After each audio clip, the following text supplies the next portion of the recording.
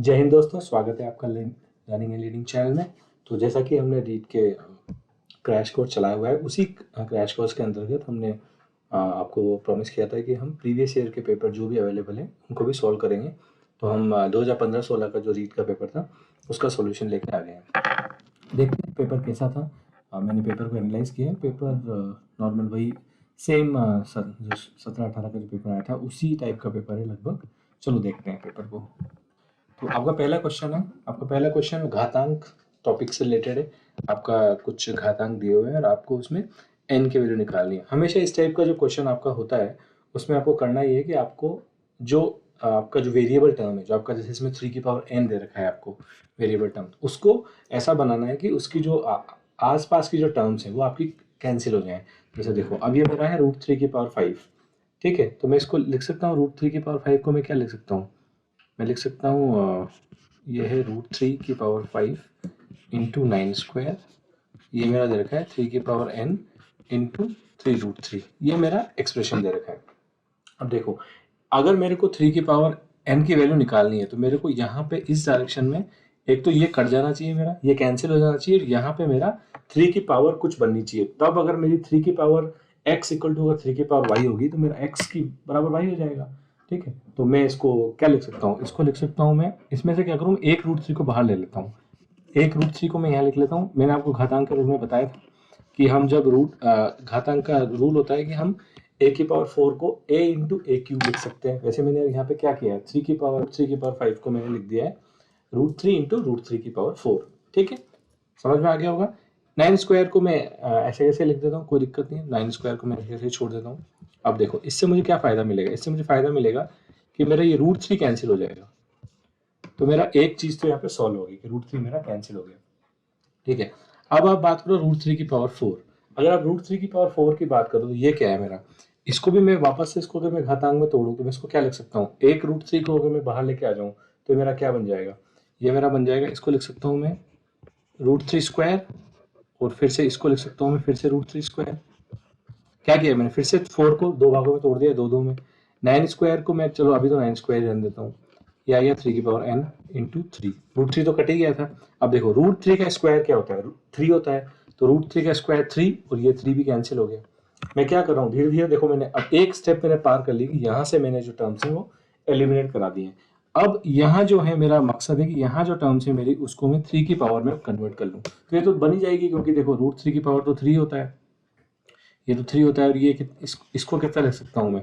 9 square को मैं लिख सकता हूँ 3 की पावर स्क्वायर का स्क्वायर। 9 को लिख दिया मैंने 3 स्क्वायर। ये मैंने आपको घातांक के रूल में बताया था कि अगर 3 की पावर स्क्वायर का स्क्वायर हो तो आपका जो पावर्स होती हैं, जो आपकी घातांक होते हैं, मल्टीप्लाई हो जाते हैं। तो दो दो से मल्टीप्लाई हो जाएगा तो 4 आ जाएगा। तो ये कितना हो जाएगा? 3 इंटू 3 की पावर 4। यहाँ पे घातांक का रूल आपको पता है कि जब दो बेस सेम हो तो घातांक ऐड हो जाते हैं। तो ये हो जाएगा मेरा 3 की पावर 5। ये है 3 की पावर n के। यहाँ पे मेरा रूल सिंपल लगता है कि अगर बेस बराबर है और दोनों साइड अगर आपकी इक्वेशन बन रही है तो उनके घातांक भी बराबर होंगे। तो इससे मेरा एक निकल के आता है कि n बराबर क्या हो जाएगा? 5। ठीक है, समझ में आ गया होगा।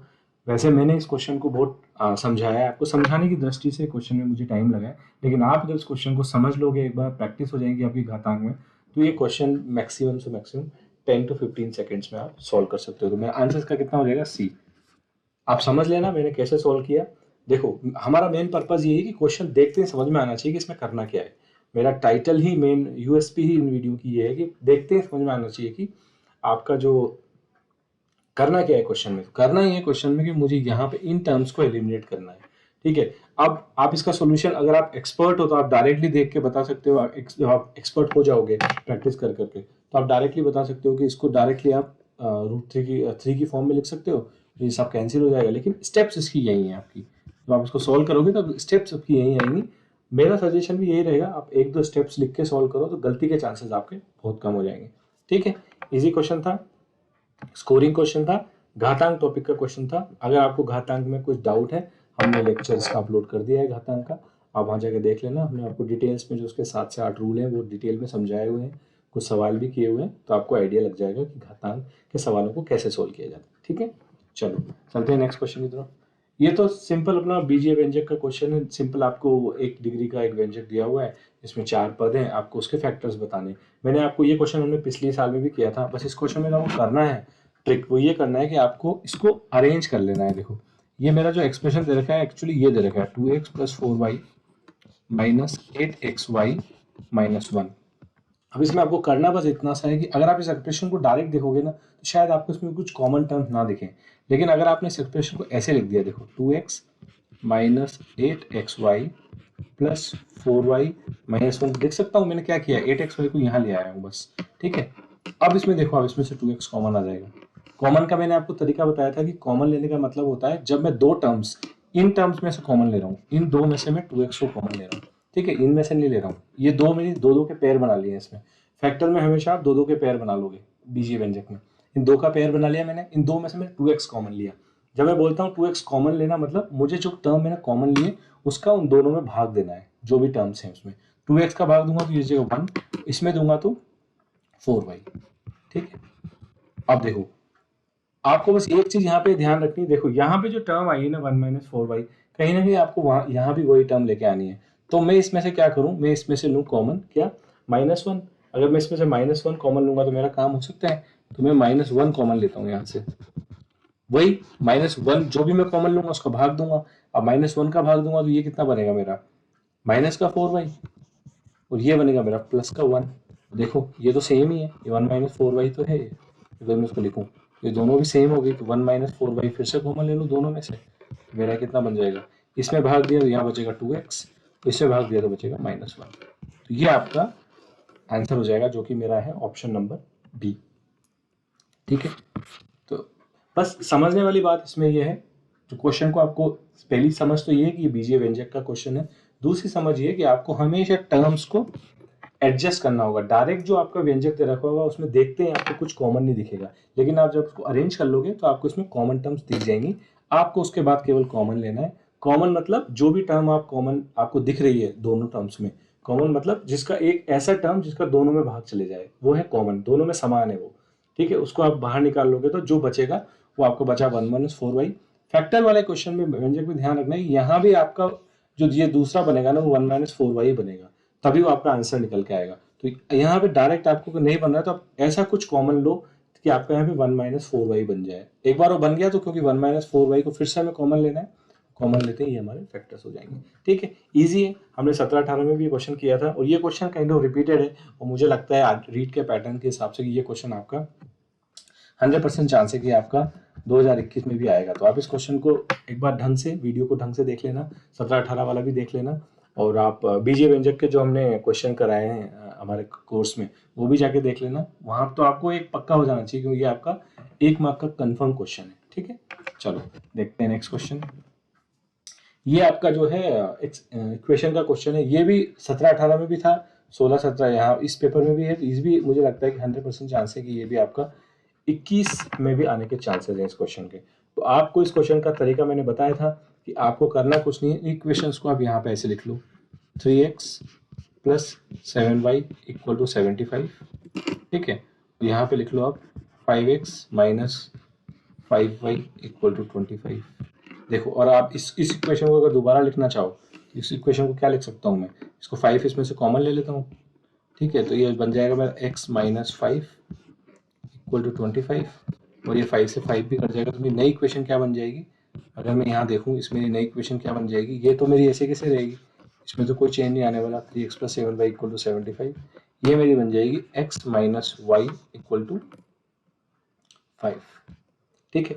ये आप कर सकते हो, क्योंकि वो इक्वेशन आप उसको इजी इक्वेशन बना सकते हो। अब आपको निकालना क्या है, x + y निकालना है। तो मैंने आपको 17-18 में हमने क्वेश्चन किया था, इसमें करना क्या है, आपको x और y दोनों की वैल्यू निकालनी पड़ेगी, उस वैल्यू को हम इसमें पुट कर देंगे तो मेरा आंसर आ जाएगा।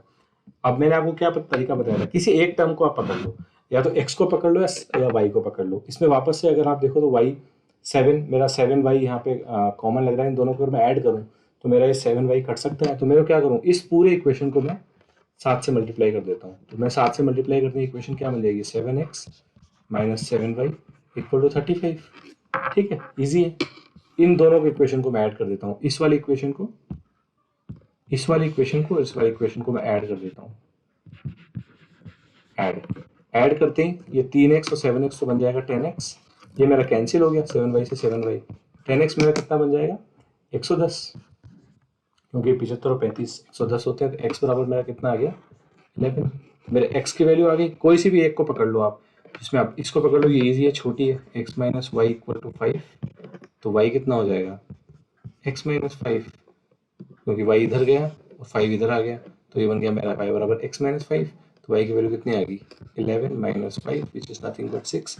तो मेरे x की आ चुकी है 11 और y की आ चुकी है मेरी 6, तो क्लियर सी बात है कि अगर मेरी दोनों की वैल्यू आ गई तो x प्लस वाई कितना हो जाएगा मेरा, अगर इन दोनों से देखूँ मैं, यहाँ से मैं लेके जाऊँ x और y दोनों की वैल्यू को यहाँ पे लेके जाऊँ, तो मेरा कितना बन जाएगा 11 plus 6 which is nothing but 17। मेरा ऑप्शन नंबर ए इसका करेक्ट हो जाएगा।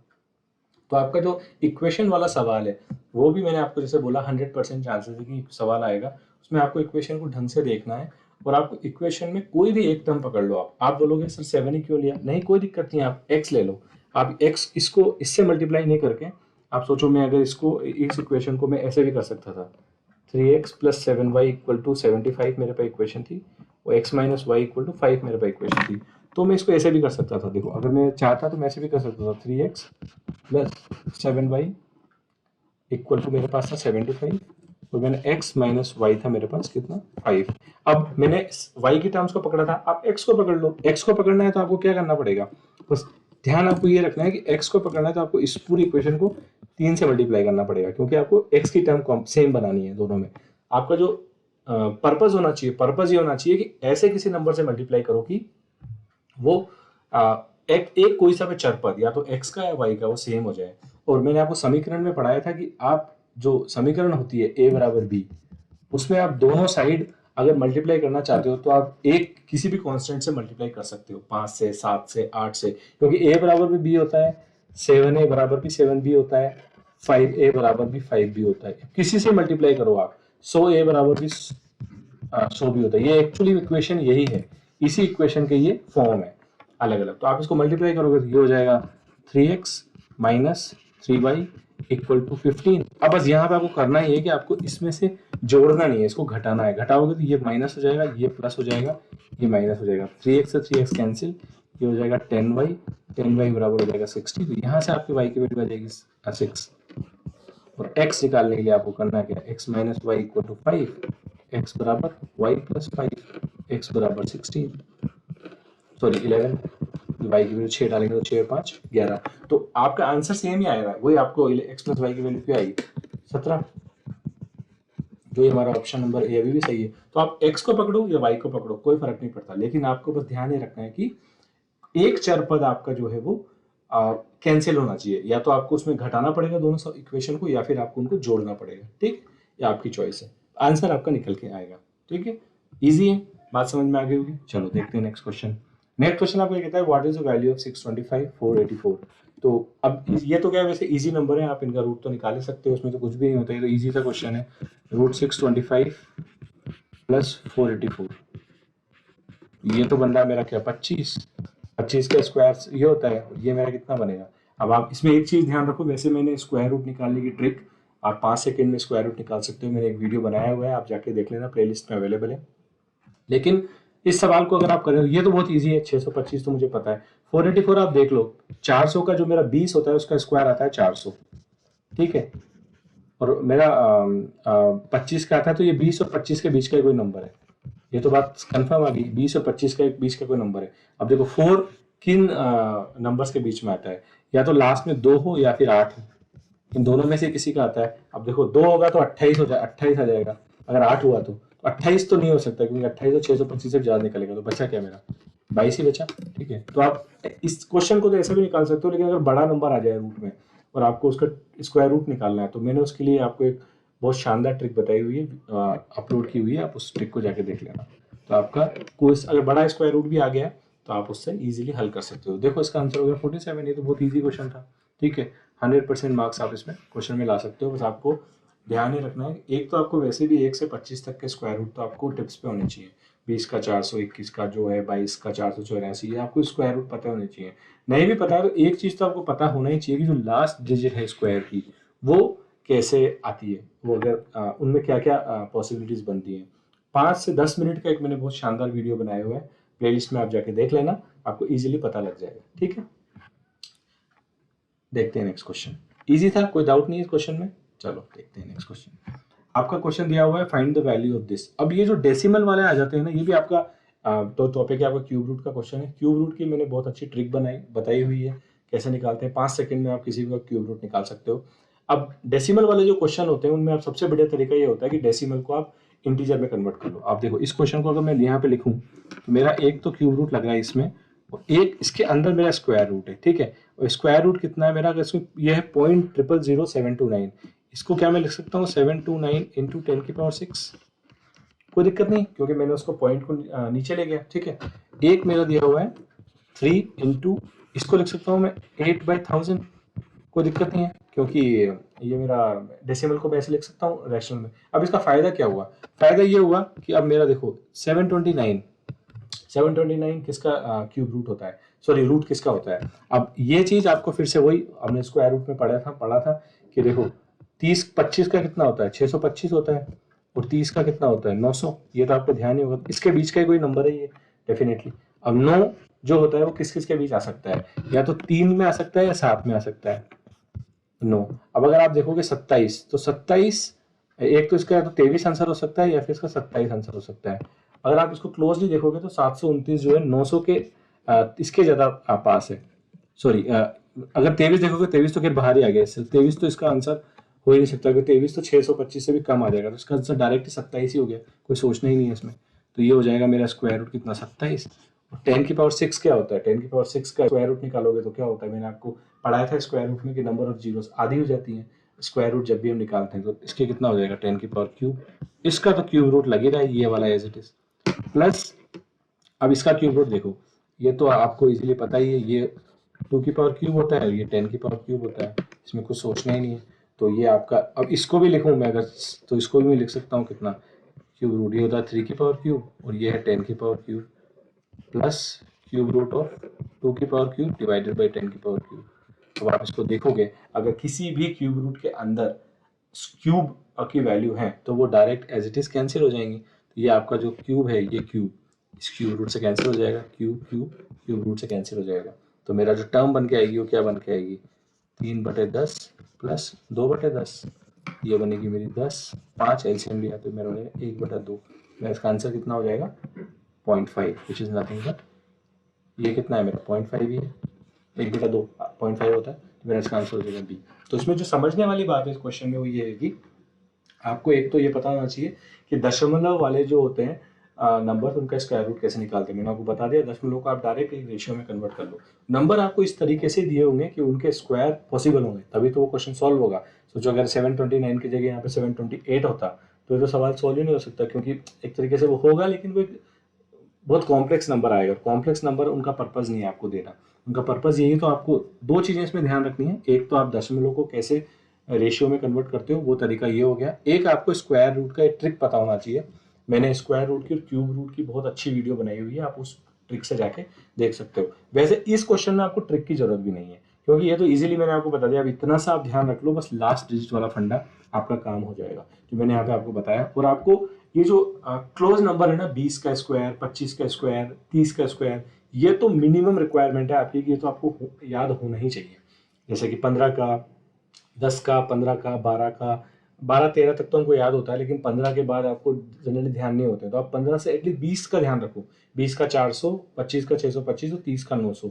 यहाँ से आपके काफी क्लोज आपका स्कोप हो जाएगा और आप इसको सॉल्व कर सकते हो। ठीक है, और बाकी क्यूब रूट का भी आप ध्यान रख सकते हो, पर क्यूब रूट में मोस्टली ज्यादा बड़े नंबर नहीं देंगे। इन केस अगर कोई बड़ा नंबर देते हैं तो आप एक बार, मैं आपसे रिक्वेस्ट करूंगा कि आप स्क्वायर रूट वाला और क्यूब रूट वाला मेरा वीडियो जाके देख लेना, और उसमें जो मैंने ट्रिक्स बताई हैं आपको 5 सेकंड में आप किसी का भी क्यूब रूट निकाल सकते हो। ठीक है, तो वो आपके लिए बहुत फायदेमंद होगा, ताकि फिर आपसे इस टाइप के क्वेश्चंस में आप कभी भी अटकोगे नहीं। ठीक, चलो देखते हैं नेक्स्ट क्वेश्चन। आपको बोला है कि at what simple rate of interest some is double in 8 years. ब्याज का क्वेश्चन है, नॉर्मल सिंपल इंटरेस्ट का क्वेश्चन आपका एक आता है, 17-18 में भी आया था और यहाँ भी आया है, तो वो किसी भी फॉर्म में आ सकता है। एक क्वेश्चन आता है, ये क्वेश्चन आपसे क्या पूछ रहा है, फॉर्मूला तो मुझे पता ही है, जो मेरा फॉर्मूला होता है ब्याज का वो क्या होता है, मैंने आपको बताया था, मूलधन इंटू दर इंटू समय बटा 100, बहुत सिंपल सा फॉर्मूला है, ये मेरा ब्याज का फॉर्मूला होता है। अब मेरे से पूछा है कि जो मेरा सम है वो डबल हो जाए, यानी कि मैंने जो सोचो अगर 100 रुपये लगाया तो मुझे 200 रुपये मिल जाए, यानी कि मुझे ब्याज कितना मिल रहा है, मुझे ब्याज इसमें जो है उतना ही मिल रहा है जितना मेरा मूलधन है, क्योंकि अगर मैंने 100 लगाया और वो 200 हो गए तो इसका मतलब मेरे को उतना ही ब्याज मिल गया इस क्वेश्चन में। ठीक है, तो मेरा ये कितना हो जाएगा, इसका जो फाइनल मेरा जो निकल के आएगा, इसका जो मेरा फाइनल निकल के आएगा वो कितना आएगा, जो मेरा ब्याज है वो मेरा मूलधन के बराबर हो गया, क्योंकि मेरा जो अगर मैंने पी लगाया और मुझे पी ही ब्याज मिल गया, अगर 100 रुपये लगाया और 100 रुपये ब्याज मिल गया, तो टोटल मेरे हाथ में रकम कितनी आ जाएगी, 200। ठीक है, ये फॉर्मूला किसका है, ये ब्याज का फॉर्मूला है, ये आपको रकम मिलने का फॉर्मूला नहीं है, ये आपका ब्याज का फॉर्मूला है। ये क्या है, ये इंटरेस्ट है, इसको आई लिखता हूँ मैं, ये इंटरेस्ट का फॉर्मूला है। अब इसमें दिया हुआ है कि डबल हो जाती है, डबल हो जाती है, यही इसमें समझने वाली बात है। अगर मेरा मूलधन डबल हो जा रहा है, मैंने 100 रुपये लगाए और मुझे 200 मिल गए, तो इसका मतलब मुझे ब्याज कितना मिला, 100 रुपये का, तो मेरा ब्याज मूलधन के बराबर ही मिल रहा है, तभी मेरा अमाउंट डबल होगा। ठीक है ना, तो ये मेरा क्या हो जाएगा, अब ये मूलधन और ये मेरा भी, ये भी मूलधन ही हो जाएगा, तो ये भी हो जाएगा मेरा मूलधन इक्वल टू मूलधन इंटू दर मुझे कितनी दे रखी है निकालनी है, और समय दे रखा है मुझे 8 साल, और ये है मेरा 100। तो आप देखोगे तो मूलधन है तो मूलधन ही कर लिया, दर आ गई मेरी कितनी, 100/8, विच इज नथिंग बट 12.5%। तो 12.5% की दर से अगर आपने पैसा बैंक में या कहीं भी डाला है तो 8 साल में वो आपका डबल हो जाएगा। डबल मतलब आपने जितना लगाया उतना ही ब्याज आपको मिल जाएगा। ठीक है, तो ऑब्वियसली अगर जितना लगाया उतना ही ब्याज मिल गया तो आपका डबल हो गया। ये बात समझ में आ गई होगी, कंफ्यूज मत होना इस बात पे, एक बार फिर समझा देता हूँ मैं। सपोज आपने एक बंदा है राम, उसने क्या किया है, उसने किया ये है कि उसने राम ने 100 रुपये लगाए हैं, 100 रुपये बैंक में डाले 8 साल के लिए। ठीक है, तो वो कह रहा है कि कितना इंटरेस्ट मुझे मिले कि मेरे डबल हो जाए। राम ये कह रहा है 8 साल में जब मैं जाऊं ना बैंक मुझे 200 रुपये पकड़ा रहा है। ठीक है, तो बैंक क्या देता है, बैंक तो इंटरेस्ट देता है, तो बैंक आपको अगर 200 दे रहा है, आपने 100 दिए थे, तो बैंक ने कितना इंटरेस्ट दिया आपको, 200 माइनस 100, तो वह बैंक ने आपको 100 रुपये एज ए इंटरेस्ट की फॉर्म में दिया है, ब्याज की फॉर्म में। इसका मतलब जितना आपने लगाया था उतना ही आपको इंटरेस्ट मिला है। यही आपसे क्वेश्चन में पूछा गया है कि डबल हो जाए तो मेरी दर कितनी होगी, तो इसमें आपका जो मूलधन है वो आपके ब्याज के बराबर ही हो जाएगा। ठीक, चलो देखते हैं नेक्स्ट क्वेश्चन। आपका क्वेश्चन दिया हुआ है कि आपको एक रेशियो दिया हुआ है, समानुपात का क्वेश्चन दिया हुआ है, a+b+c की वैल्यू दी हुई है, in the value of c is equal to, आपको निकालनी है। ठीक है, अब इस टाइप के क्वेश्चन में होता क्या है, देखो इस टाइप के क्वेश्चन में आपको एक बात ध्यान रखना है कि आपका जब भी इसका रेशियो का क्वेश्चन आए ना, तो आप उसको एक फॉर्मेट में बना लो। तो मैं इसको ऐसे लिख सकता हूँ कि a+b ratio b+c ratio c+a मेरा इस फॉर्मेट में है, 6x 7x और 8x रेशियो है ये आगे बात समझ में। ये क्योंकि नॉर्मल अपन ने रेशियो में पढ़ी थी ये चीज कि आप x लिख दो, उसमें x कुछ भी होगा क्योंकि फाइनली तो x होगा, तीनों के साथ ही तो कट जाएगा। ये इसका फायदा क्या होगा आगे आप देख, आगे आपको समझ में आएगा। देखो इससे ये बात हो गई कि मेरा अगर मैं जब इसको एक्चुअल वैल्यू के फॉर्म में लिख देता हूं तो मेरा a+b कितना हो गया, ये मैं डायरेक्ट इनको मैच कर सकता हूँ। a+b हो गया मेरा 6x, b+c हो गया मेरा 7x और c+a हो गया मेरा 8x। तो a+b कितना हो गया मेरा 6x और b+c हो गया मेरा 7x और c+a हो गया मेरा 8x। ये मैंने क्यों किया, क्योंकि मैंने इनको एक्चुअल फॉर्म में मान लिया, क्योंकि उसकी रेशियो रेशियो तो था 6:7:8, लेकिन मैं मान सकता हूँ उसकी एक्चुअल वैल्यू रही होगी 6x 7x और 8x। अब x कुछ भी हो सकता है, अगर x 2 हुआ तो हो जाएगी मेरी एक्चुअल वैल्यू कितनी 12 14 16, लेकिन रेशियो तो मेरा हमेशा 6 7 8 ही रहेगा।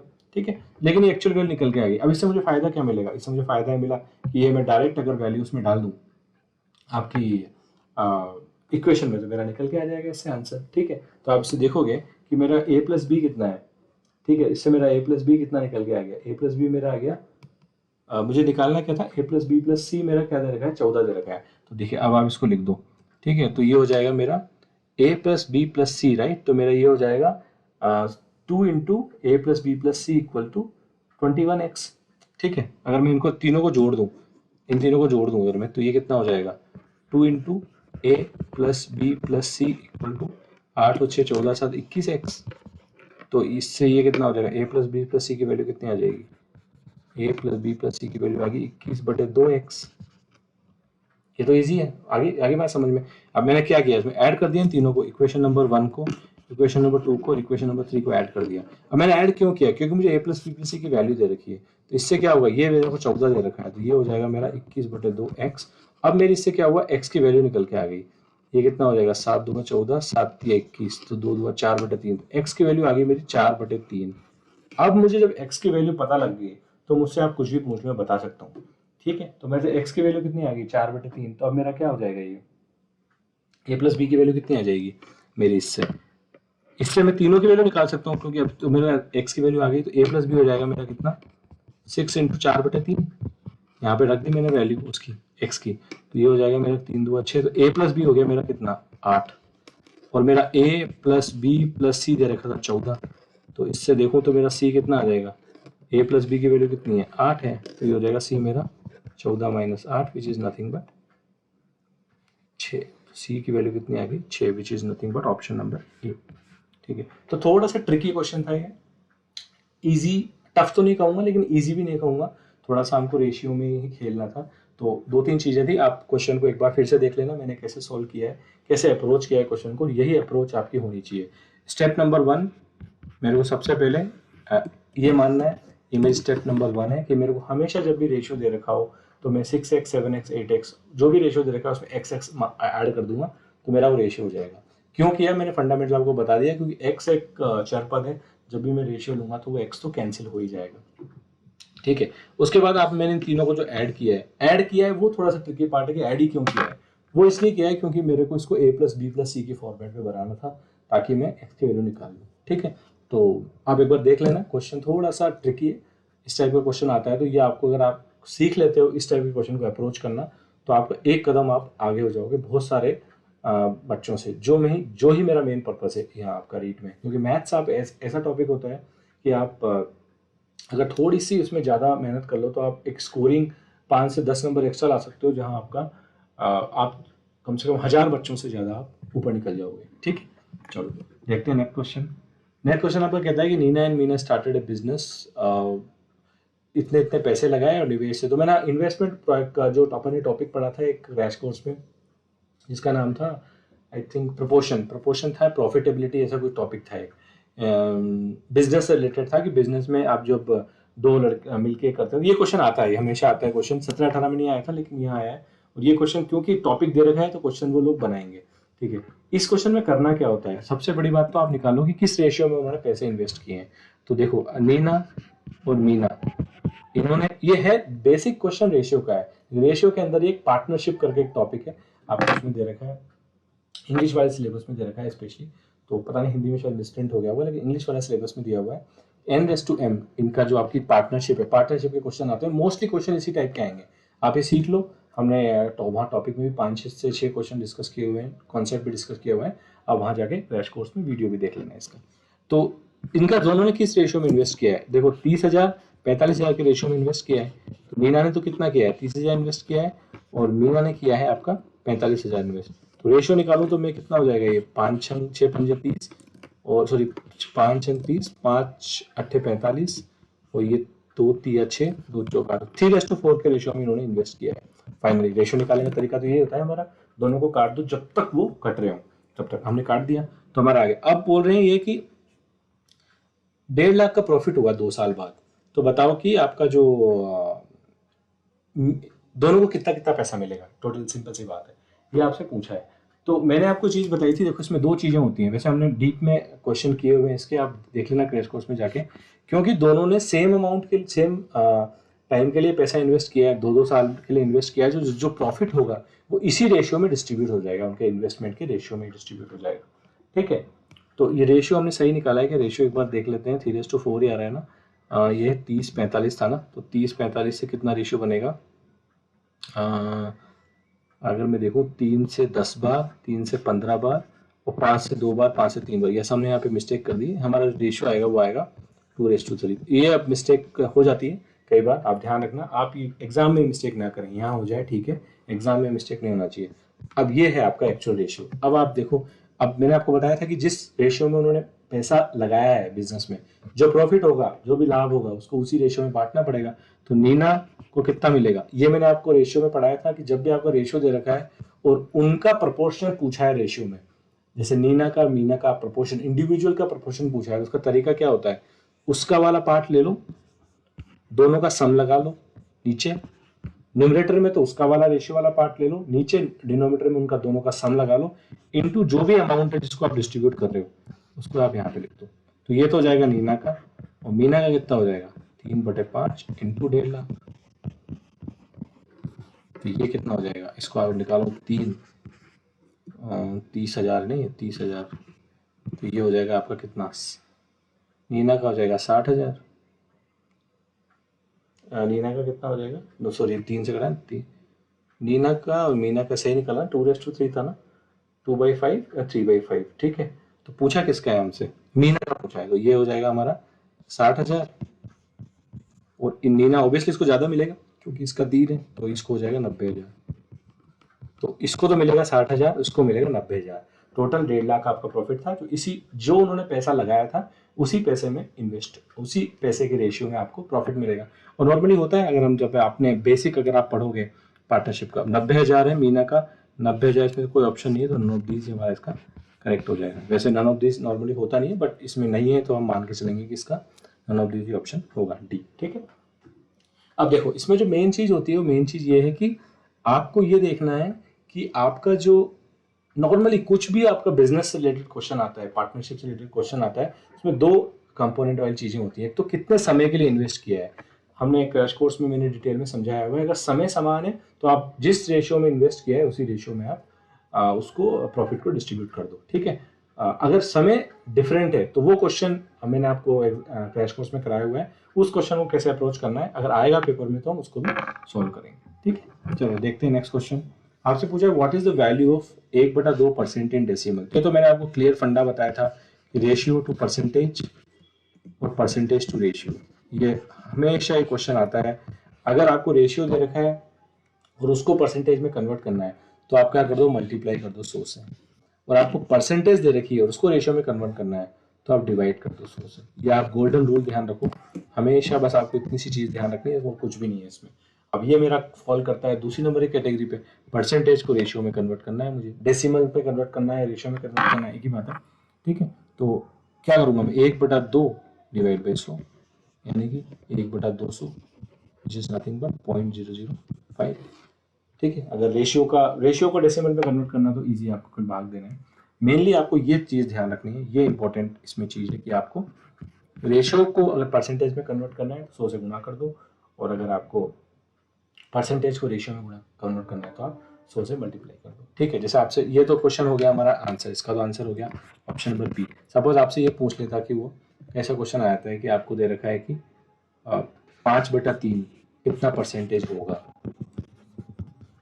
तो आपको क्या करना है, रेशियो दिया हुआ है 100 से मल्टीप्लाई कर दो, ये हो जाएगा 3 से 33.33 बार कटेगा, ये इससे मल्टीप्लाई कर दो तो आ जाएगा 5 या 15 का 5 आज लगेगा 16, 165। तो ये आपका कितना हो जाएगा 165% है 5/3। ऐसे ही आपको सोचो कि 1/2 को कन्वर्ट करो परसेंटेज में, करना क्या है आपको 1/2 into 100 which is nothing but 50। 1/2 आपका क्या होता है 50% के इक्वलेंट होता है। तो बस जब रेशियो से करना है, रेशियो से करना है परसेंटेज में तो इंटू 100, परसेंटेज रेशियो में करना है डिवाइड बाय 100, बस और कुछ आपको इसमें समझने की जरूरत नहीं है, ये 2 चीजें आप ध्यान रखो, ठीक। देखते हैं नेक्स्ट ये सवाल हमारा इधर रखा है कि राजीव की 5 वर्ष पूर्व आयु जो है 9 वर्ष बाद की आयु का गुणनफल 15 है, ठीक है। तो देखो इस क्वेश्चन में मेनली क्या है, ये 2 स्टेप में क्वेश्चन है। एक स्टेप में तो आपको एक डेफिनेशन दी हुई है, उससे आपको एक समीकरण बनानी है और फिर उस समीकरण को सॉल्व करना है। एक हमने देखा था कि समीकरण आपको दे दी है क्वेश्चन में, उसको सॉल्व करना है। तो पहला तो इसमें स्टेप आता है हमारा कि हमको समीकरण सॉल्व करनी है, ठीक है। तो मान लो कि राजीव की अभी की आयु जो है, मानो कि वो x है, मान लिया मैंने अभी आयु उसकी x है, तो 5 वर्ष पूर्व आयु कितनी होगी उसकी x-5, और 9 वर्ष बाद आयु कितनी होगी उसकी x + 9, ठीक है। अब मुझे दिया हुआ है कि इनका गुणनफल यानी कि इनका मल्टीप्लीकेशन जो है वो 15 है, ठीक है। बस तो ये मेरी इक्वेशन बन गई। अब इस इक्वेशन को मैं सिंप्लीफाई कर लूँ, एक सिंगल फॉर्म में बना लूँ, तो ये क्या है, ये बीजीय व्यंजक है, ये बीजीय व्यंजक है, दोनों बीजीय व्यंजक को गुणा करना मैंने आपको सिखाया था, आप क्रैश कोर्स में जाके देख सकते हो। तो वीडियो अगर आपको ये चीज़ नहीं पता है तो हम यहाँ भी कर लेते हैं। तरीका वही है, एक एक टर्म को मल्टीप्लाई करो, पहले एक्स को एक्स से मल्टीप्लाई करो, कितना आएगा x², एक्स को 9 से करो, कितना आएगा 9x, -5 को करो तो आएगा -5x, अगर आप इसको इससे करोगे तो ये आएगा माइनस का 45, और इस 15 को इधर ले लो इक्वल टू के, तो इधर आएगा 15 इक्वल टू 0। अभी कितना हो गया 9x माइनस 4x, ये हो गया एक्स स्क्वायर प्लस 4x, और ये बन गया आपका कितना माइनस 60 इक्वल टू 0। अब ये क्या आपका कोई सर समीकरण बन रही नहीं बन रही? सर समीकरण मैंने आपको बताया था यहाँ पे जो टर्म होगी वो स्क्वायर की फॉर्म में होना चाहिए, ये तो नहीं है, तो सर समीकरण तो नहीं बन रही है, तो हमारे दूसरे सॉल्यूशन पे आ जाओ। अब इसके दो तरीके से सोल्व निकाल सकते हैं, एक तो मैंने आपको बताए थे सही, एक्स की वैल्यू कितनी होती है minus B plus minus B square minus 4ac divide by 2 है, ये आपका होमवर्क है, आप इससे निकालना इसके जो एक्स की क्या क्या वैल्यू हो सकती है। एक तरीका मैंने आपको बताया था कि बीच वाले को इस तरीके से तोड़ो कि उसका जो सम तो आ जाए 4, और आपका गुणन उसका जो गुणा है वो आ जाए कितना माइनस 60। तो मैं इसको क्या लिख सकता हूँ x square plus 10x minus 6x minus 60। देखो अगर 10x माइनस 6x तो ये आ गया, 10 को माइनस 6 से करने पे 60 आ गया। देखो इन दोनों में से आ गया कॉमन x, तो ये बन जाएगा x प्लस 10, और इन दोनों में से भी माइनस 6 कॉमन आ गया, तो ये बन जाएगा x प्लस 10। इससे मेरा कितना हो जाएगा x minus 6 x plus 10 equal to 0। ये मेरी आ गई फाइनल समीकरण। अब अगर मैं इस फाइनल समीकरण को देखूँ, यहाँ थोड़ी सी जगह बना लेता हूँ मैं, अगर मैं फाइनल थोड़ी जगह बना लूँ तो ये मेरी जो फाइनल समीकरण है वो क्या है, x minus 6 into X plus 10 equal to 0। ये दोनों 0 है, तो यानी कि x माइनस 6 भी 0 है और x प्लस 10 भी 0 है। ये तो आपको मैंने बताया था, दो अगर नंबर का सम 0 है तो दोनों ही 0 होंगे, तभी उनका सॉरी मल्टीप्लीकेशन 0 हो सकता है। इससे मेरा क्या आ गया, इससे मेरा आ गया x बराबर 6, इससे मेरा आ गया x बराबर माइनस 10। अब माइनस 10 तो नहीं हो सकती, क्योंकि जो मेरी एज होती है वो नेगेटिव भी नहीं हो सकती, एज तो मेरी पॉजिटिव हो सकती है, पॉजिटिव इंटीजर ही हो सकता है। तो x बराबर 6 मुझे इसका करेक्ट आंसर लग रहा है, तो मेरा इसका आंसर कितना हो जाएगा, ऑप्शन नंबर ए।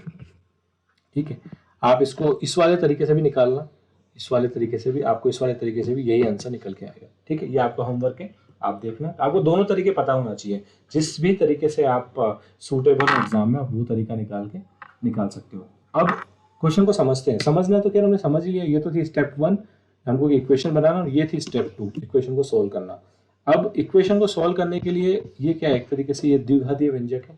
द्विघातीय व्यंजक को सोल्व करने के दो ही तरीके होते हैं, या तो वो सरसमीकरण की फॉर्म में बन जाए, मेरा a प्लस बी का whole square a minus B का होल स्क्वायर, या a square minus B square की फॉर्मेट में आ जाए, या फिर मेरे पास वो मैं उसको इस तरीके से ब्रेक कर लूँ, इस वाले जो मेरा तरीका बताया था आपको कि बीच वाले को ऐसे तोड़ो कि सम करने पे उनका जोड़ने या घटाने पे वो नंबर आ जाए और मल्टीप्लाई करने पे मेरा कांस्टेंट आ जाए। ठीक है, और या फिर मैं इससे तो निकाल ही सकता हूँ हमेशा, ये तो मेरा सर वो है, इसमें मेरी b की वैल्यू कितनी हो जाएगी 4, और बी स्क्वायर मैंने a की वैल्यू 1, c की वैल्यू 60, तो आप डाल के निकालोगे तो आपका इससे भी यही आंसर निकल के आएगा, आप देख लेना।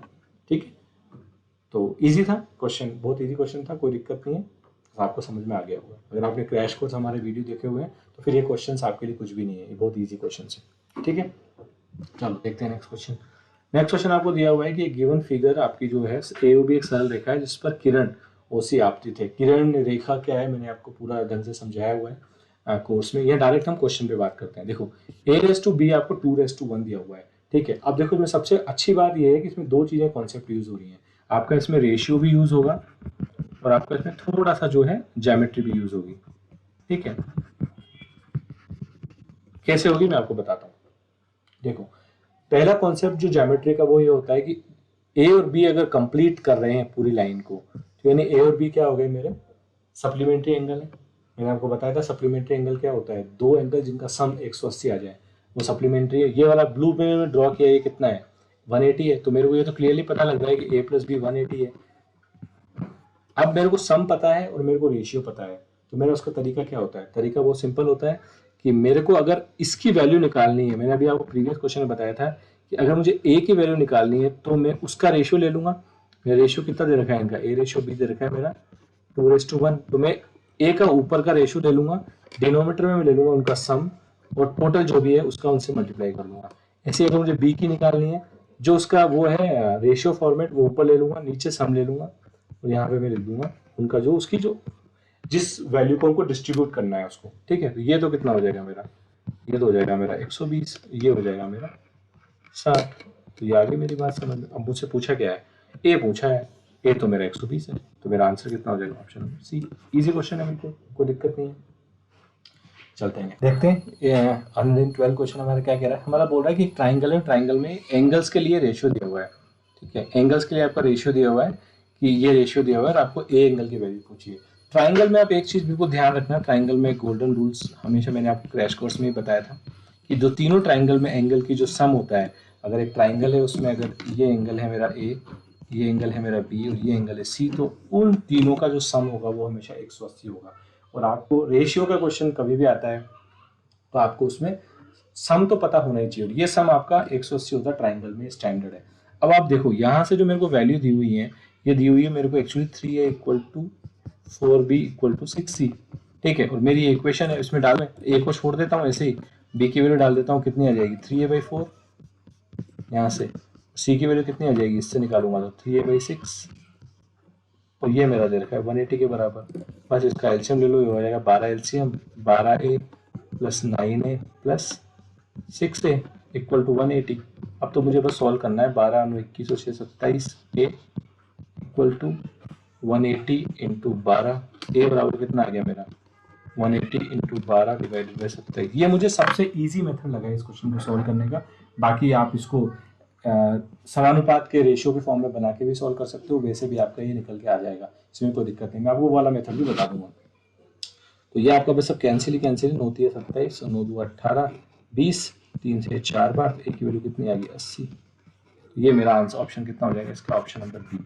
आप इसको निकाल सकते हो समानुपात के फॉर्म में भी बना के निकाल सकते हो। उसमें आपको करना ये है कि उसमें आपको A ratio B ratio C का आपको तीनों का रेशियो निकाल लेना है। रेशियो निकालने का एक इक्वेशन को रेशियो में कैसे कन्वर्ट करते हैं ये मैंने आपको क्रैश कोर्स में बताया हुआ है कि आपको बस इसमें करना क्या होता है, आपको जो रेशियो निकालना है तो आपके लिए उसको आपको उस फॉर्मेट में उसको बनाना होगा। आपको कॉमन एक नंबर होना चाहिए तभी आप उसका रेशियो निकाल सकते हो। ठीक है, तो ये नंबर जो है कॉमन आने चाहिए आपके, जो भी आपका कॉमन होगा तभी आप उसका रेशियो निकाल सकते हो। ठीक है, और कॉमन नंबर निकालने का तरीका क्या होता है, एलसीएम। अगर आप एलसीएम लोगे तो इन तीन का कॉमन एलसीएम क्या है, इनका 12 है, तो अगर आप इसको तीनों को अगर मल्टीप्लाई कर दोगे, डिवाइड कर दोगे 12 से, तो ये आपका जो निकल के आ जाएगा वो क्या आ जाएगा, एक रेशियो निकल के आ जाएगा। ठीक है, तो वही आपका इसका रेशियो हो जाएगा। उससे भी आप निकाल सकते हो, पर मुझे इजीएस्ट मेथड इसका यही लगा, डायरेक्ट आप वैल्यू डालो और आंसर निकाल दो, ए बराबर 80। ठीक है, अगर आपको वो तरीका नहीं भी आता है तो। ठीक, चलो देखते हैं नेक्स्ट क्वेश्चन। नेक्स्ट क्वेश्चन आपका दिया हुआ है कि ये जो आपका ए सी बी है वो 40 है, ए ओ बी है। ये तो मैंने आपको पढ़ाया हुआ है, ये सिंपल सी बात है, मैंने आपको पता है कि जब भी कोई कोड आपकी, ये कोड है, ये कोड अगर एंगल बना रही है आपकी यहाँ पे, अगर ये वाली कोड अगर एंगल बना रही है और ये वाला जो एंगल है, इसमें क्या रिलेशनशिप होता है, इसमें रिलेशनशिप होता है कि ये एंगल अगर थीटा है तो ये वाला एंगल हमेशा डबल होता है, 2 थीटा होता है। मतलब अगर ये मेरे को कितना दे रखा है, इसमें 40 दे रखा है, ये कितना हो जाएगा 80 हो जाएगा। और मेरे से शायद यही पूछा है, ए ओ बी पूछा है, तो ए ओ बी कितना हो जाएगा 80। तो ये तो थ्योरेटिकल क्वेश्चन है, बस आपको ध्यान रखना है कि कोड का हमेशा जब भी क्वेश्चन आता है इस टाइप के सर्किल पे, जब हम एक सर्किल के अंदर किसी ट्राइंगल को इंस्क्राइब करते हैं तो उसके अंदर ये कोड होती है, कोड से जो सेंटर पे एंगल बन रहा है और कोड से जो सरकमफेरेंस पे एंगल बन रहा है, उस एंगल में जो रिलेशन होता है वो ये होता है। सोचो मैं अगर ये मान लेता हूँ अल्फा एंगल और ये मान लेता हूँ बीटा एंगल, तो मेरा ऐसा है कि जो मेरा बीटा होगा वो हमेशा मेरा 2 अल्फा होगा। ये आप ध्यान रखना, मतलब ये वाला एंगल इस वाले एंगल का डबल होगा। ठीक है, तो ये 40 है तो ये 80 होगा। ठीक है, तो आप इसमें कुछ भी पूछ सकते हैं आपसे, ये दे के ये पूछ सकते हैं, ये दे के वो पूछ सकते हैं, तो आपको बस रिलेशनशिप ध्यान रखना है कि आपका ये रिलेशनशिप होता है, आप उसमें वैल्यू डाल दोगे तो आपका आंसर निकल के आ जाएगा। इजीएस्ट क्वेश्चन था, कोई दिक्कत नहीं है। चलो देखते हैं नेक्स्ट क्वेश्चन। आपको पूछा है कि if radius of the circle is increase 3 times then how many times the new circumference increase from its original size. देखो, एक तरीका तो यह है कि आप इसको सॉल्व कर सकते हो, लेकिन मैं कहूंगा कि इसको सॉल्व क्यों करना है। आप देखो, जो आपका सरकमफेरेंस होता है किसी सर्किल का वो क्या होता है, 2 पाई आर होता है। अब अगर आप उसकी, अब देखो सी क्या हो गया, अगर इस कांस्टेंट को हटा दूं तो अपने डायरेक्टली प्रोपोर्शनल का कॉन्सेप्ट पढ़ा था कि जो सरकमफेरेंस है वो डायरेक्टली प्रोपोर्शनल है आर के, यानी कि अगर आर बढ़ेगा तो सी भी बढ़ेगा। ठीक है, और कितना बढ़ेगा, जितना आर बढ़ेगा उतना सी बढ़ेगा, क्योंकि दोनों एग्जैक्टली प्रोपोर्शनल है। तो ये कह रहा है कि आर रेडियस उसको 3 टाइम्स बढ़ा दिया तो सरकमफेरेंस भी 3 टाइम्स बढ़ जाएगा, दोनों सेम ही रेशियो में बढ़ेंगे जब भी बढ़ेंगे, क्योंकि डायरेक्टली प्रोपोर्शनल है। तो मेरा आंसर कितना हो जाएगा, ऑप्शन नंबर ए। आपको सॉल्व करने की कोई जरूरत ही नहीं है, फिर भी चाहो तो आप सॉल्व कर सकते हो, उसमें कोई दिक्कत नहीं है। सॉल्व करने का तरीका आपका सिंपल सा होता है, मैं आपको बता देता हूँ सॉल्व कैसे करते हैं इस टाइप के क्वेश्चन को। देखो, जब मैंने अब यहाँ पे क्या है, मैंने सर्किल की जो रेडियस है उसको बढ़ाया है, यानी कि मेरे पास 2 सर्किल है, एक सर्किल है मेरा छोटा, एक सर्किल है मेरा बड़ा, ठीक है। इसकी रेडियस है मान लो मेरी R1, इसकी रेडियस है मेरी R2, इसकी सरकमफेरेंस C1, इसकी सरकमफेरेंस C2। देखो C1 कितना हो गया 2 पाई R1, C2 कितना हो गया 2 पाई R2। तरीका यही है, दोनों को डिवाइड कर दो, 2 पाई से 2 pi cancel, C1 by C2 आ गया मेरा कितना R1 बाई R2। मुझे पूछा क्या है, मुझसे पूछा है सरकमफेरेंस कितने टाइम्स बढ़ जाएगी। तो R2 कितना दे रखा है मेरा, R2 दे रखा है 3R1, मुझे दिया है ना कि 3 टाइम्स कर दिया मैंने, तो इससे निकल के क्या आ जाएगा मेरा, इससे निकल के आ जाएगा मेरा, अगर मैं इस चीज़ को इरेज कर देता हूँ यहाँ से, ये वाली चीज़ को, तो ये मेरा कितना आ गया, ये मेरा जो ये है रेशियो, ये मेरा अगर मैं R2 की वैल्यू यहाँ पे डाल दूँ तो मेरा C1 बाई C2 आ गया, R2 की वैल्यू 3R1 डाली तो R1 बाई 3R1, तो R1 से R1 भी कट गया, तो C2 बराबर आ गया मेरा 3C1। यानी कि जो मेरी C2 यानी जो बड़ी वाली की सरकमफेरेंस होगी वो भी छोटी वाली की 3 गुना होगी, इसकी 3 गुना होगी, तो मेरा आंसर फिर भी वही आ रहा है। तो दो तरीके हैं सॉल्व करने के, या तो ये तरीका थोड़ा सा लेंदी है लेकिन ये तरीका फंडामेंटली करेक्ट है, बिकॉज ये क्वेश्चन इजी था। अगर आप यही तरीका लगाते हो हमेशा हर क्वेश्चन में, तो अगर थोड़ा टफ क्वेश्चन आ गया, सपोज कि रेशियो परसेंटेज में बदल रहा है या किसी और चीज़ में वैल्यू चेंज हो रही है, तो आप हमेशा उस क्वेश्चन को भी सॉल्व कर दोगे। लेकिन हर क्वेश्चन को उसकी मेरिट पे सॉल्व करना चाहिए। इस क्वेश्चन में मुझे सॉल्व करने की जरूरत ही नहीं है, मुझे पता है कि R से वो डायरेक्टली प्रोपोर्शनल है सरकमफेरेंस, जितना R बढ़ेगा और जिस प्रोपोर्शन में R बढ़ेगा उसी प्रोपोर्शन में मेरी सरकमफेरेंस बढ़ेगी, तो मुझे इसमें सोचने की जरूरत ही नहीं है। ठीक, चलो देखते हैं नेक्स्ट क्वेश्चन। नेक्स्ट क्वेश्चन आपका है कि एक आपको रूम दिया हुआ है और 12 मीटर लंबा है, 9 मीटर चौड़ा है। तो रूम क्या होता है, रूम एक्चुअली आपका घना भी होता है। एक रूम इस टाइप का होगा, जो भी आपका रूम होगा वो इस तरीके का होगा, ये आपका रूम है, ठीक है। तो दिया हुआ है मुझे कि 12, 9, 8 यानी कि लंबाई चौड़ाई ऊंचाई अलग अलग है, यानी कि घनाभ है, ठीक है। अब बोला है कि इसमें अधिकतम किस लंबाई का बांस रखा जाता है। तो ये तो आपको खैर पता ही होगा कि जब भी हमारा, अगर हम 2 डायमेंशनल शेप भी ले लें तो उसकी सबसे लंबी भुजा जो होती है वो विकर्णी होती है। जब भी विकर्ण होगी वो सबसे लंबी उसकी भुजा होगी। तो डिस्टेंस इस एज से इस एज तक हमेशा सबसे ज़्यादा ही होगी। तो मैं इतना लंबा बांस तो इस रूम में रख ही सकता हूँ हमेशा, क्योंकि यही मेरी मैक्सिमम डिस्टेंस होगी कवर करने के लिए। अगर मैं इसको यहाँ पे रखूँगा तो ये तो नहीं होगी, और मैं अगर उसको सीधा सीधा खड़ा करूँ तो हो सकता है वो कम का है। तो अगर मैक्सिमम का रखना है, मुझे पूछा है अधिकतम, तो मैं उसको विकर्ण पे रखूंगा तभी मैं उसको रख सकता हूँ। तो अब विकर्ण पे रखने का तरीका तो बहुत सिंपल होता है। आपको अगर ए बी सी दिया हुआ है तो विकर्ण क्या होता है, A square plus B square plus C square, direct formula होता है ये उसका, लगा दो आप इसमें। 12 का 144, 9 का 81, 8 का 64। आप इसको सॉल्व करोगे तो आपका इसका आंसर निकल के आ जाएगा 115 का, ऑप्शन नंबर 289। तो ये हो जाएगा आपका 17। तो आपका इसका आंसर कितना हो जाएगा, ऑप्शन नंबर ए। यानी कि आप 17 मीटर का जो है बांस इसमें रख सकते हो, मैक्सिमम है ये, इससे ज़्यादा का नहीं रख सकते, क्योंकि विकर्ण जो होता है किसी भी शेप में वो हाईएस्ट 2 एज के बीच में डिस्टेंस होती है, वो हमेशा भुजा से भी ज़्यादा ही होगी, चाहे वो 2D शेप हो चाहे वो 3D शेप हो, ठीक है। आगे की बात समझ में आपकी। चलो देखते हैं नेक्स्ट क्वेश्चन क्या है। अब हमारे स्टैट्स के क्वेश्चन शुरू हो गए। स्टैट के क्वेश्चन तो मैंने आपको बताया था सबसे ईजी होते हैं। हमारे प्रीवियस पेपर में स्टैट के क्वेश्चन पहले आ गए थे, इसमें स्टैट के क्वेश्चन बाद में आए। तो आपसे क्या पूछा, आपसे पूछा है कि आपको डेटा दिया हुआ है। स्टैट के क्वेश्चन में हमेशा आपको डेटा दिया हुआ होगा, आपको डेटा को एनालाइज करना है, ठीक है। अब देखो इसमें बोला है आपसे कि विभिन्न नगरों में परीक्षा में बैठने वाले उम्मीदवार, अब इसमें क्या हुआ, स्टैट्स में आपने रेशियो दे दिया आपको, तो इसमें रेशियो का कॉन्सेप्ट भी यूज हो जाएगा, कोई दिक्कत नहीं, कर लेंगे। बोला है कि विभिन्न नगरों में परीक्षा में बैठने वाले उम्मीदवारों की संख्या लाखों में है, पास और फेल का अनुपात दिया हुआ है। तो आपको बताना है, इस डेटा से आप क्वेश्चन करना है। 16 क्वेश्चन आपसे पूछा है कि ई में कितने पास हुए, ईसीटी में। ईसीटी का डेटा देखो, ये ईसीटी का डेटा है ये वाला, 3:2 में। तो रेशियो पास और फेल का, यानी कि पास और फेल का रेशियो कितना है, 3:2 है। पूछा क्या है मेरे से, पास पूछा है, यानी कि ये पूछा है। मैंने आपको बताया था कि जोन सा वाला रेशियो पूछा हो वो ऊपर ले लो, दोनों का सम निकाल लो, और टोटल जो भी दे रखा है 1.85, आप इसको सॉल्व कर लोगे तो आपका कितना आंसर निकल के आ जाएगा इसका, 116 का आपका निकल के आ जाएगा, 5 या 15, और ये हो जाएगा कितना 37 मतलब 111, ठीक है। 111,000 यानी कि ये वाला, इसका बी ऑप्शन हो जाएगा 116 का, ठीक है। सॉरी 111,000 मतलब डी ऑप्शन हो जाएगा इसका, करेक्शन यहाँ पर। इसका जो आंसर हो जाएगा वो डी हो जाएगा। सॉल्व करके देख ही लेते हैं ना, फटाफट से सॉल्व कर लेते हैं, कोई दिक्कत नहीं है। आप इसको काटोगे तो इसको 185 को मैं क्या लिख सकता हूँ, 1.85 लाख है नहीं, 185 तो इसको लिख सकता हूँ मैं इंटू ये है 10 की पावर 5 है, 1.85 लाख है। मुझे नंबर चाहिए तो इसमें अगर मैं 2 अंदर लाऊँ तो इसको लिख सकता हूँ मैं 185 इंटू 10 की पावर 3, ये मेरे ईजी रहेगा। तो अब 185 मेरे को काटना ईजी रहेगा, 5 या 15 और 5 7 35, 37 बार 37 इंटू 3 कितना हो गया 111, 7 21 का एक से लगा 3 3 11 और 111,000। मेरा आंसर कितना हो जाएगा इसका, ऑप्शन नंबर डी 111,000। ठीक है। और भी क्वेश्चन में से पूछा गया है, एक क्वेश्चन में से पूछा गया है which city has highest number of failures. तो ये तो आपको निकालनी पड़ेगी हाईएस्ट नंबर ऑफ फेलियर।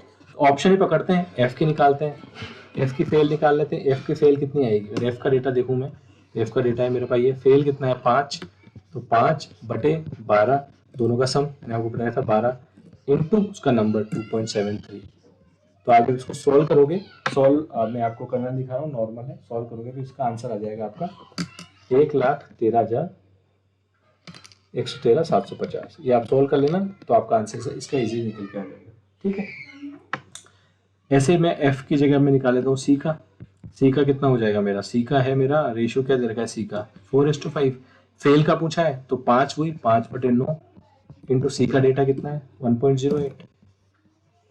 ठीक है, इंटू 10 की पावर 5 आप यहाँ पे लगाते चलो ताकि आपको, क्योंकि लाख में है तो लाख में आपको पता है 1 लाख में कितना होता है 10 की पावर 5 होता है। तो इसको आप जो सॉल्व करोगे तो ये आ जाएगा आपका 60,000 यस। इसको करेंगे 9 से तो ये कटेगा आपका लगभग 12/12 यस, तो ये आ जाएगा आपका 60,000। ऐसे ही आप बी का निकाल लो, बी का कितना हो जाएगा, बी का डेटा कहाँ है, ये रहा बी का डेटा। फेल का पूछा है तो फेल का ऊपर डिवाइड बाई सम इंटू उसका टोटल डेटा 3.14 इंटू 10 की पावर 5 तो चल ही रहा है। तो ये कितना आ जाएगा मेरा, इसको निकालोगे 5 छंग 30 और ये मेरा आ जाएगा 3.4 से ये आ जाएगा 1,17,750। ठीक है। ऐसे डी का निकाल लो, डी का कहाँ पर है, डी का है 3 डिवाइडेड बाई 4, 3 तो ऊपर उसका फेल का था plus sum divide by sum into D का जो टोटल है वो कितना है 2.27 इंटू 10 की पावर 5। इसका कितना आ जाएगा निकल के, इसका आ जाएगा 1,70,250। तो अब आप बस डेटा देख लो, इसमें बस आपको करना कुछ नहीं है, इसमें डेटा आपको चारों का ही निकालना पड़ेगा ऑप्शन में, तभी आप कर सकते हो। आप देखो ये है 1,13,000, क्या पूछा है मुझसे, हाईएस्ट नंबर पूछा है, तो ये हो गया, ये हो गया, ये हो गया, सिंपल सा लग रहा है मेरे को, यही हाईएस्ट है, तो डी मेरा हाईएस्ट फेलियर्स है एग्जाम में। तो चारों का निकालना ही पड़ेगा और कोई इसका तरीका नहीं है, कोई शॉर्टकट नहीं है। आपकी किस्मत अच्छी हुई है, आपने डी से शुरू किया तो भी आप नहीं कह सकते, क्योंकि जब तक चारों डेटा नहीं निकाल सकते आप कंपेयर कैसे करोगे। तो आप कंपेयर तो करने के लिए चारों निकालना ही होगा, यही एक तरीका है इसका, आपको चारों डेटा निकालना पड़ेगा और फटाफट से निकाल सकते हो, कोई दिक्कत नहीं है। और हमेशा मैं तो सजेस्ट करूँगा चारों निकालना, क्योंकि ये क्वेश्चन स्कोरिंग क्वेश्चन है, मैंने आपको पहले भी बताया था, ये स्टैट्स के क्वेश्चन छोड़ना मत, स्टैट के क्वेश्चन स्कोरिंग होते हैं। और अगर आपका टाइम कम है तो सबसे पहले आप स्टैट के क्वेश्चन ढूंढ लेना पेपर में और उन्हीं को सबसे पहले सॉल्व करना। ठीक है, चलो देखते हैं नेक्स्ट क्वेश्चन। अब तो थ्योरेटिकल क्वेश्चन पूछा है आपसे कि histogram is used to represent. मैंने आपको जब स्टैट पढ़ाया था हमने, तो मैंने आपको डिफरेंट टाइप के चार्ट बताए थे, बार चार्ट, पाई चार्ट, आपका ये तो होता है आपका बार चार्ट, जहाँ पे आपका दो रेक्टेंगल होते हैं उनके बीच में गैप होता है, वो होता है मेरा बार चार्ट। मैंने आपको वहाँ पे बहुत अच्छी तरह समझाया था।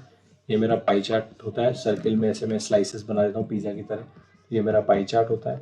हिस्टोग्राम मेरा क्या होता है कि उसमें भी रेक्टेंगल ही होते हैं, लेकिन इसमें कंटिन्यूसली ग्रुप होते हैं मेरे, मतलब इनके बीच में दो बार्स के बीच में कोई गैप नहीं होता है। ठीक है, ये मेरा हिस्टोग्राम होता है, हिस्टोग्राम। अब देखो इसमें क्या पूछा है, आयत तो असत वर्ग के बारंबारता बंटन, non continuous group, non continuous तो नहीं है, कंटिन्यूस है, तो देखो असत तो नहीं है तो कंटिन्यूस है, एक के बाद एक, ये नॉन कंटिन्यूस है, तो बार चार्ट आपका नॉर्मली नॉन कंटिन्यूस होता है। ठीक है, ये आपका क्या कंटिन्यूसली गए। फ्रीक्वेंसी डिस्ट्रीब्यूशन तो ये है कंटिन्यूसली, क्योंकि इसमें क्या हम क्या करते हैं, मेनली तो बार चार्ट और हिस्टोग्राम है, तो दोनों आपको फ्रीक्वेंसी डिस्ट्रीब्यूशन के ही काम में आते हैं। आपका जो भी आपका डेटा का कितनी बार वो डेटा रिपीट हुआ है, कितनी बार वो डेटा कम हुआ है, उसकी बारंबारता की बंटन सारणी होती है, वो हम हिस्टोग्राम और बार चार्ट का ही यूज करके बनाते हैं। डिफरेंस ये है कि बार चार्ट नॉन कंटिन्यूस होता है, असतत होता है, और आपका जो हिस्टोग्राम होता है वो सतत होता है। ठीक है, तो इसका ऑप्शन हो जाएगा ऑप्शन नंबर सी, हिस्टोग्राम हमेशा आपका सतत वर्ग के बारंबार बंटन होता है। ठीक है, चलो देखते हैं नेक्स्ट क्वेश्चन। आपसे नेक्स्ट क्वेश्चन फिर से पूछा गया है कि चार्ट दिया हुआ है आपको, इसमें दो चार्ट दे दिए हैं, एक लाइन चार्ट है, ये आपका है बार चार्ट, अभी हमने पढ़ा था। अब आपसे इसमें पूछा है डेटा जो दिया हुआ है आपको, विभिन्न छात्रों में पढ़ने वाले लड़कियों का प्रतिशत दिया गया है। ठीक है, अब लड़के लड़कियों का दोनों का प्रतिशत दिया हुआ है। और आपसे पूछा है कि ये तो आपका दिया हुआ है लड़कियों का प्रतिशत कि उस स्कूल में लड़कियां कितनी हैं, और ये आपको दिया हुआ है कि उस नंबर स्टूडेंट्स कितने हैं, मतलब उसमें लड़के लड़कियां सब आ गए। ठीक है, अब आपसे पूछा है total number of boys in school T, T में कितने बच्चे हैं, तो देखो 1250 तो टोटल है, और लड़कियां कितनी हैं, टी में लड़कियां हैं 40%। तो देखो अगर लड़कियां 40 हैं तो बच्चे लड़के होंगे, सिंपल सी बात है, तो 60% लड़के हो गए। अगर 60% लड़के हो गए तो मेरे को निकालना कितना है, बस मेरे को 1250 का 60% निकालना है। तो डेटा आपको पिक करना है चार्ट से, उसके बाद आपको सॉल्व करना है। तो 1250 का 60% क्या होता है, इंटू 60/100। ये तो मैंने आपको बताया था कि किसी भी नंबर का आपको अगर परसेंटेज निकालना है तो उस नंबर को 60/100 से मल्टीप्लाई कर दो। ये कट गया, ये कट गया, 125 इंटू 6 कितना हो गया, 6×5 = 30, 0 12 6 72 3 75 750, मतलब 119 मेरा आंसर हो जाएगा ऑप्शन नंबर सी। ठीक है, टोटल नंबर ऑफ बॉयज इस डेटा के हिसाब से मेरे कितने हो जाएंगे, 750। ठीक है, अब देखो और भी से पूछा average number of students in both school P and Q. अब अगर इसमें देखोगे, इसमें थोड़ा सा ये क्वेश्चन क्या शायद बोनस हो गया, तो कि मैंने भी इसको सॉल्व किया, मेरा आंसर आया नहीं था, तो मुझे लग रहा है शायद ये क्वेश्चन बोनस हो गया होगा। पर जो पी एंड क्यू है मेरे से एवरेज नंबर ऑफ स्टूडेंट पूछा है, तो स्टूडेंट तो फिर मेरे लिए यही है, पी और क्यू में कितने हैं, पी में है मेरे 2500 और क्यू में है मेरे 3000।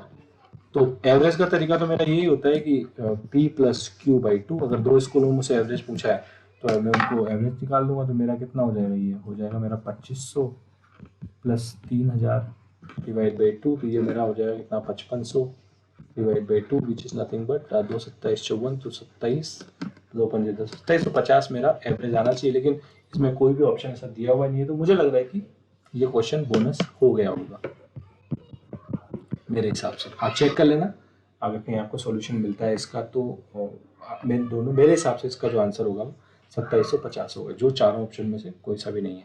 लेकिन हमको उससे मतलब नहीं है, हम तो यहाँ तो समझ रहे हैं आपको। और मैं आपको एक तरह और चीज़ बता देता हूँ, मोस्टली जो बोनस जो क्वेश्चन होते हैं, अगर आपको ऑप्शन कोई निकल के नहीं आ रहा है तो आप उस क्वेश्चन में कुछ तो ऑप्शन लगा के आए।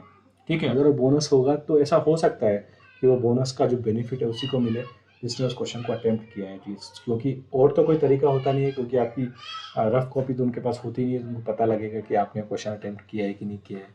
तो आप उस क्वेश्चन को लगा के कुछ भी है, कुछ भी ऑप्शन लगा दें अगर आपको नहीं मिल रहा है तो, ताकि आपका अटेम्प्ट काउंट हो जाए। और इन केस अगर वो बोनस करें और उन्होंने ऐसा कोई रूल लगा दिया कि ओनली अटेम्प्ट करने वालों को ही उसके बेनिफिट मिलेगा बोनस का, तो आपको उसका बेनिफिट मिल जाएगा। लेकिन समझने वाली चीज़ ये है कि जो हमसे पूछा है एवरेज पूछा है, तो एवरेज हमेशा किसी भी दो नंबर का एवरेज उन नंबर का सम डिवाइड बाई 2, तीन नंबर का एवरेज तीन नंबर का सम डिवाइड बाई 3। बेसिक एवरेज का कॉन्सेप्ट हमको पता ही है, तो वो चीज़ हम यहाँ पे यूज कर सकते हैं। ठीक है, चलो आई थिंक ये आपका पेपर खत्म हो चुका है, यहाँ पे यही लास्ट क्वेश्चन था। होप आपको बात समझ में आ रही होगी। पेपर इजी था, हमने जो लास्ट टाइम किया था वैसा ही पेपर था, ज़्यादा कुछ पेपर में खास था नहीं। बट आपको ध्यान रखना है बस, क्वेश्चन को ढंग से समझें, पढ़ें, प्रैक्टिस जरूर कर लेना। जो मैं 4 आपको दे रहा हूँ पेपर, मेरा सजेशन ये होगा कि आप इन 4-5 पेपर, और अगर हमारे मॉडल पेपर भी आएंगे फ्यूचर में, उनको एक बार खुद से सॉल्व करना और आधे घंटे में सॉल्व करने की कोशिश करना।